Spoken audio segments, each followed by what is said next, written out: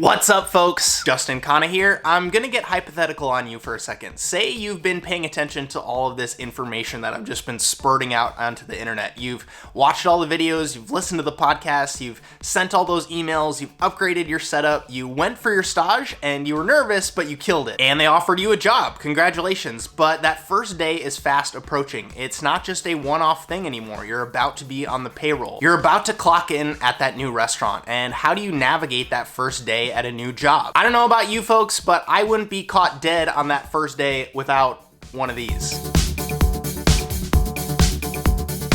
Now, without trying to sound too infomercial on these, one, yes, Right in the Rain sent me these. Two, yes, I'm gonna be giving away hella of these to you folks. And three, if you're gonna carry around a pocket notebook, you might as well make it a dope pocket notebook. Quickie story time all about this. This was my first Right in the Rain pocket notebook. I bought this a couple of days before my first day at my externship at Per Se. I got the inspiration from Wiley Dufresne at WD-50 when I staged there for a week. And I spent about 6 months at Per Se, and this book is almost full. It's got like a couple of pages left here on the back end. But I kept this book all these years because it was such a transformative time in my career. I mean, just look at these pages. I would go down the line, I would write the chef, the ingredient, the herbs that they needed picked, and then the amount.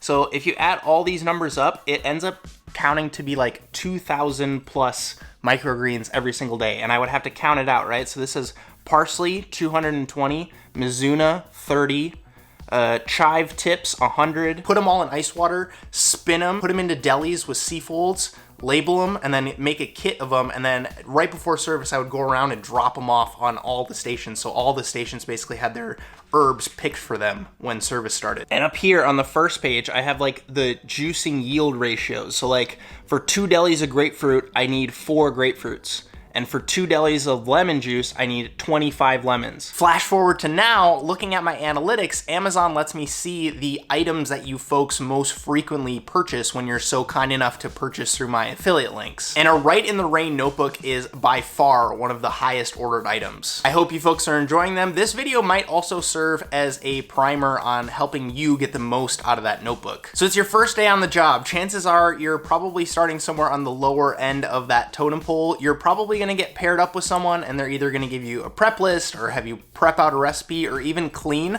I know those really menial tasks like counting and weighing dry goods storage stuff for inventory or relining the garbage bins with garbage bags or filling salt containers and pepper mills and oil bottles for all the guys on the line. Those are the first jobs that I did at multiple kitchens, not just at Per Se. So you have 2 choices when that happens. Man, this is bullshit. I didn't go to culinary school to have my first job to be relining garbage bags. I didn't leave my lead line cook job to get demoted to co-me to fill the salt containers of the guys who have the job that I want. I'm just gonna coast through this period. It's only gonna last a couple of months and then I'll be on the line. Or you write that information down, you take it seriously. You give it the same respect as if that person just gave you the recipe for the veal sauce. Because it's about habits, right? How silly are you gonna look when you only put 1 salt container in the private dining room kitchen when the quota is 2? Or if you don't give the fish guy his pepper mill full of peppercorns for a Friday night service. That's your responsibility. And the immediate question of that person that's either your manager or the person 1 step higher than you in the hierarchy is probably gonna be, oh geez, if he or she can't keep up with setting up, maybe we gotta keep him on prep a little bit longer. But you don't do that. You write it down. You own it. You show up with just as much excitement about those garbage cans every single day because there's gonna be a time when they need someone to move up. And I don't know about you, but I'd rather pick the girl who's stoked about work every day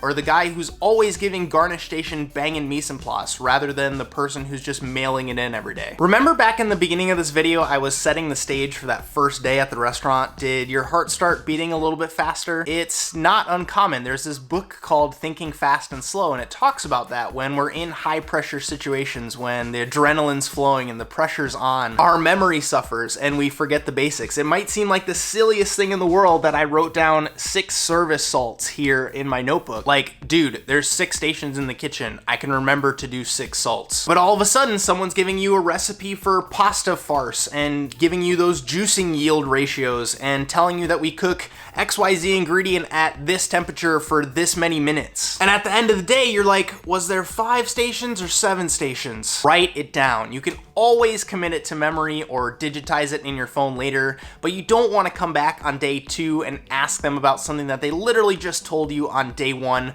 or worse, not ask and guess and screw up a recipe on something that they literally just told you how to do the day before. And a little add-on to this point, you're probably gonna have to teach the next lady or gentleman that comes into the restaurant to take your spot, and how valuable is it gonna be to have a written recollection of what your first week was like in the restaurant so that you can set them up for success. To tie a little bow on this video, I love having a pocket notebook on me, especially on those first few weeks at a restaurant for so many reasons. Reason number 1, it shows my excitement for the new job. It's that visual cue of having people see that you're willing to write down details about lining the garbage cans. I'm showing that I'm willing to take the basic tasks seriously. Reason number 2, it makes it way easier for you to teach that next person that takes your job. Just read from your notebook. Reason number 3, it's always on you. We've all been there. You need to write something down, so you grab a C-fold or a paper towel, and then next thing you know, beet juice spills on it, or chicken stock, or it lights on fire, and then you can't read it anymore. You were better off just taking an extra second,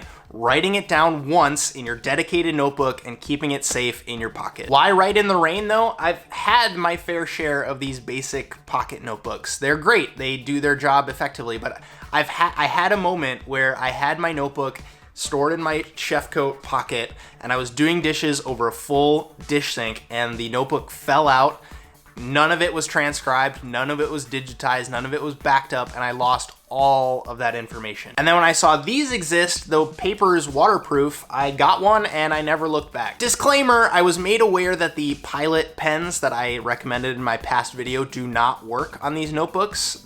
Gel pens don't work. They have a little primer guide here on the back of the notebooks on what you can and can't use to write on this paper. It's really nice quality paper, as you could probably see from the notebook that I talked about earlier. This is almost 10 years old and all the pages still look great. I can still read everything. So nothing is gonna color or fade on you, which is also really nice. But I was stoked when they sent me these memo style notebooks because I was thinking about it and it's actually way more effective than the traditional bound one that I had earlier. Because with these, when you open it, you don't really have a flat surface to write on. And when you want to tear out a piece of paper, each page is attached to another page. So I was always stressed to rip out a piece of paper from that one. But with these, it retains the same footprint when you write. If you want to hand that information off, you can just rip out the page and give it to someone. These little guys have 50 grid style sheets. They are complete with lines as well. It's got some handy dandy conversion tables and rulers on it if that's what you're into. Not much to say other than that feature wise. These own the waterproof notebook category for me at least. For the price that they're at and the quality that they provide, it's a no-brainer. These are like less than $5 on Amazon right now, of course linked up below, but I wanted to preface this video with some real tactical knowledge, some stuff that you could actually use. I could give you a gold-plated notebook with paper that's made out of unicorn hair, but if you don't have the positive mindset to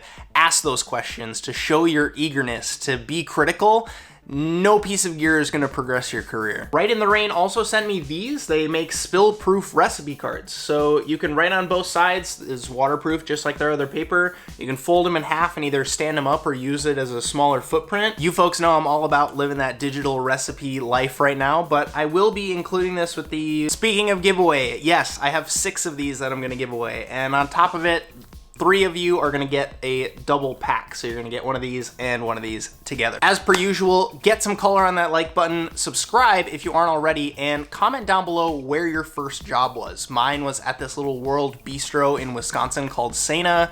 I was 17. I don't think I was at a point when I was knowledgeable enough to know that I needed to bring one of these along with me. But hey, if you keep watching my stuff, I'll do my best to make sure that you don't make the same mistakes that I did. Thank you so much for your attention. Let's say 200 likes, and when that time rolls around, I will do a little hangout and giveaway session on Twitch. But until then, my name's Justin Khanna. Have a good one.